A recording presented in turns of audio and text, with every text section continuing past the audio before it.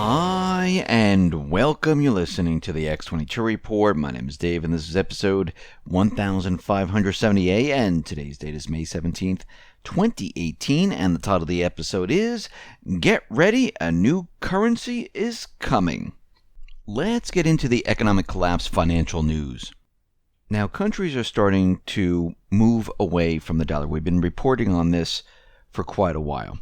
We know that Russia, China, Syria, Venezuela, and many other countries, they're moving away from the dollar. And they're either using their own currency, moving towards the yuan, maybe the ruble, maybe even the euro. But they're moving away from the dollar because they understand, first of all, the deep state can sanction them through the central banking system. And through sanctions, they can control the country. And if they move away from the dollar, they break that control. And those countries that are hit hard by sanctions, that get into trouble, well, it's usually the people that get caught up in all of this, where the currency might devalue, they might see inflation, they might see hard times, people lose their wealth. And we've seen this in many countries. I mean, if we look at Venezuela, that's a perfect example. If we look at Argentina, we see it there. They don't have sanctions. It's just that their country is a complete mess.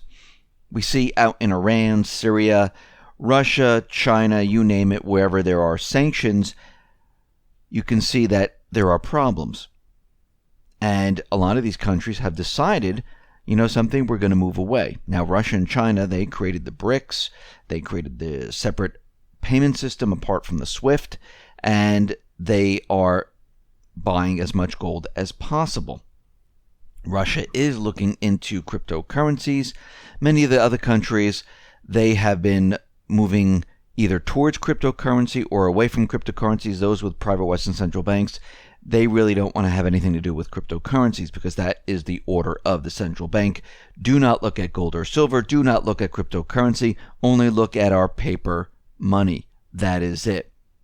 But we can see right now in Iran, those people who are nervous and afraid, and we know that the rial is crashing right now because of all the sanctions and things like that, they are taking their wealth and putting it into cryptocurrency because it is a shield against hyperinflation.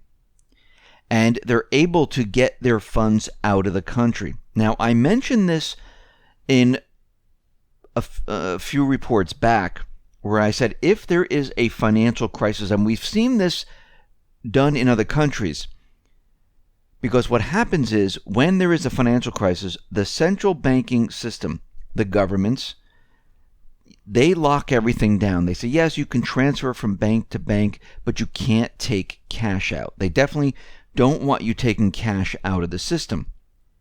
The thing is, with cryptocurrencies right now, which is really not part of any banking system, this is a way to get your funds, and this way hasn't been around for a very long time. It is a way electronically to get your funds out of the banking system with the push of a button.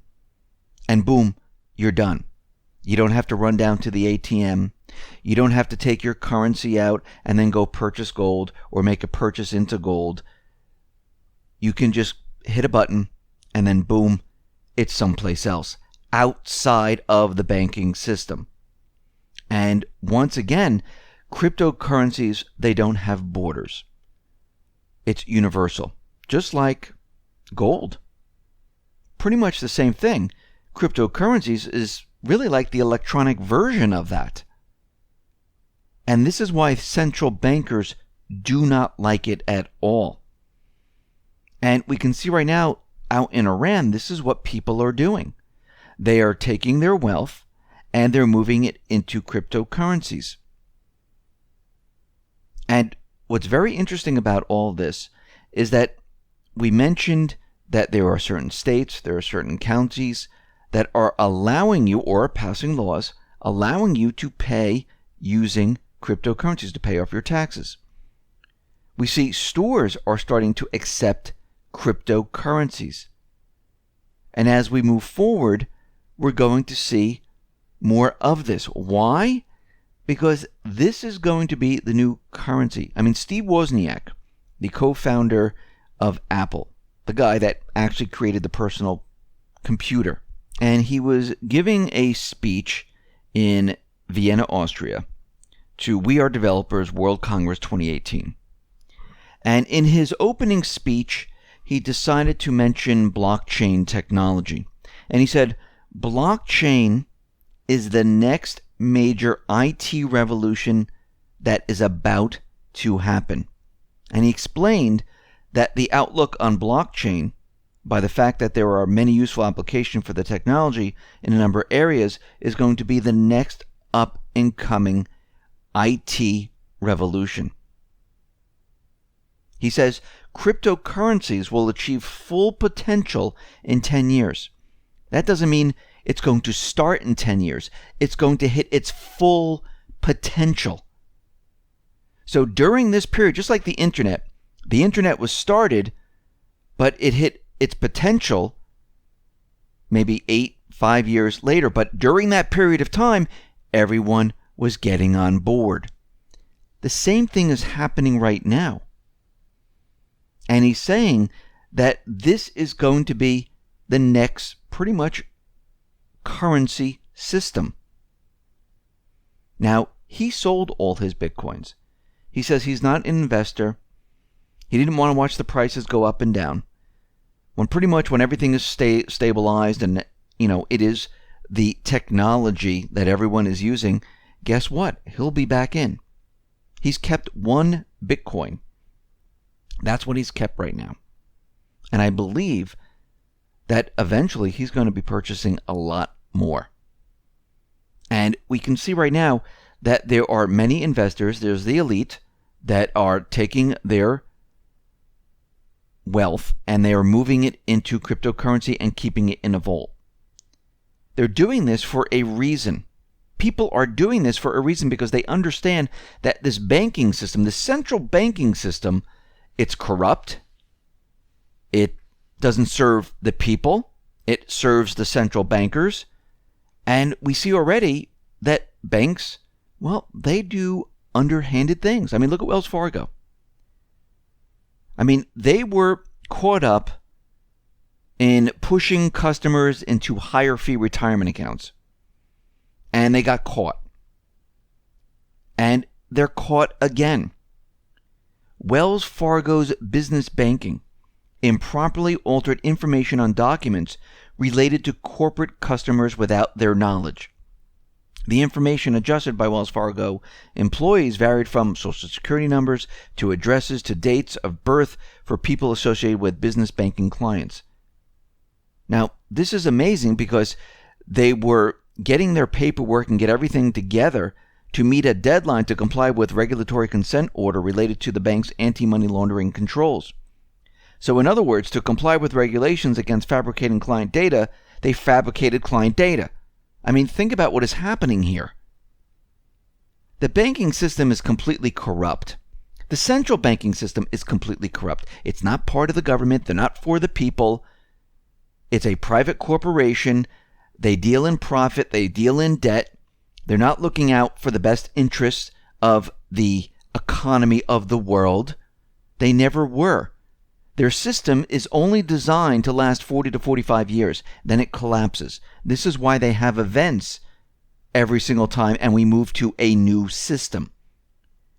And they do this over and over and over again. I mean, 1971 we moved to a new system because the central bankers, they couldn't create currency because we were hooked to the gold standard. How do you create more currency and take control more of the economy? You get off the gold standard, the checks and balances. This is why they came up with this ridiculous story of gold speculators. We're going to temporarily come off of the gold standard for 40, 45 years. That's what they did. That's a very long temporary period of time, which means they lied. They always end up lying. It sounds great. They really think very hard about their stories. They back it up and they make you believe that they're doing it for your best interest, but really they're doing it for themselves. The economy is breaking down right now, and we are seeing indicator after indicator showing us that things are not going well. I mean, look at the continuing jobless claims. Now, since the last Great Recession, 2008-2009, we have seen jobless claims drop to the lowest we've ever seen. So we're at the lowest point in 45 years. That's 1973. I mean, that is pretty darn low. But when you look at the continuous jobless claims, every time they hit a low point, we go into a recession. I mean, just go back in time. If you go back to 2001, low point, recession. 2008, low point, recession. Even go further back, 1973, low point, recession. I mean, if you look at this, it's the same thing over and over and over. It's a pattern. We are now seeing the Philly Fed spike, and it's incredible. It has surged like there's no tomorrow. This is one of the best new order prints in 45 years. The numbers jumped from 23.2 to 34.4, and new orders exploded from 18 to 40. This is the highest since 1973. And here we go again. Every time this has happened, we entered a recession. We saw this in 2007, 8 months later, or 2008, going into 2008, 8 months later, the U.S. economy was in a recession. Look at 2001, same thing. Go back into the 90s, the same thing. Go back into the 80s, the same thing. It's a repeating pattern over and over and over. And once again, when we start to look at this and we look at the jobless claims, think about this for a second. Delinquencies are rising. Mortgage applications are imploding. And retail is going under. Automobiles, the sales are dropping. Housing sales are going to fall. Bubbles are bursting in Canada, Australia. We're seeing the bubble burst here in the United States. And we have Fitch out there going, I don't understand this. You know, we're at the lowest unemployment rate, and all of this doesn't make sense. Why would delinquencies be rising? It makes no sense. Does it really make sense that we're at the lowest point that we've ever seen in jobless claims right now? I mean, it really doesn't make any sense whatsoever, because you're in an illusion. And they're very good at creating illusions. They're very good at tricking the population. They're very good at making you believe what they're telling you, because they're spewing out fake news. They're spewing out fake statistics. They're spewing out everything that they want you to believe in. And then when it all goes south, they point the finger someplace else. They already know what's happening. They already know the system's crashing. They already know the dollar is dying. They already know all of this. I mean, they have their plans. They have their plans to move us into a new currency. Of course, it's going to be a centralized currency. And the people need to rise up and say, you know something? We're not going to use it. We're going to use something completely different. Maybe something that's decentralized.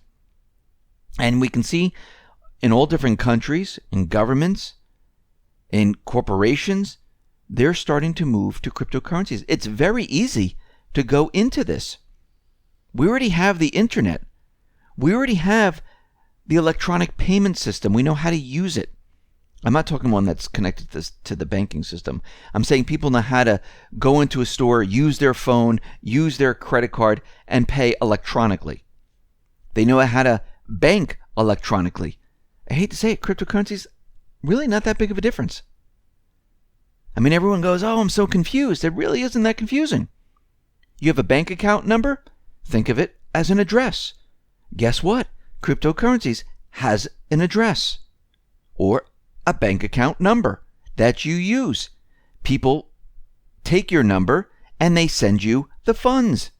You take their number and they send you the funds. You have a secret number. Oh, that's like your bank PIN number. So if you really think about it, there's not that big of a difference. People make it bigger than it really is.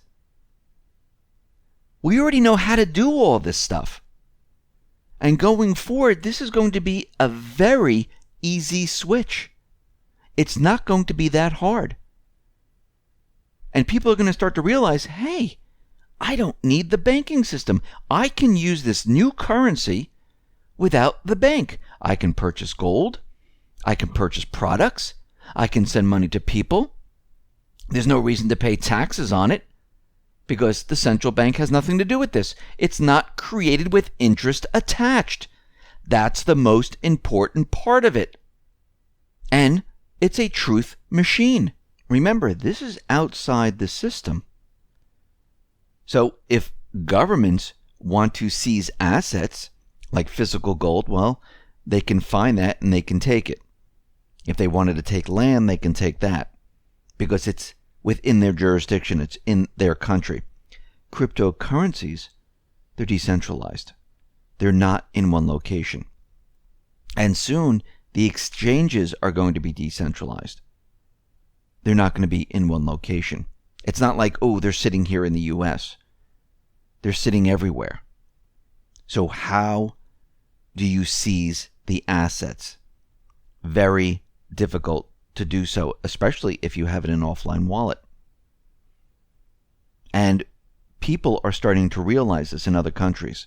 They're already realizing that, hey, I'm outside of the system. I can protect myself. And many people are going to start to realize this, and this is what the central bank is very worried about. And this is the biggest thing here. And I'm not saying you shouldn't have gold or silver. That protects your wealth. Cryptocurrencies protects your wealth. Both of them together, double protection. So we are moving to a new currency, and the people are going to drive this. Listen, everyone, thanks a lot for listening. Be well, be safe, and especially be prepared. Thanks a lot.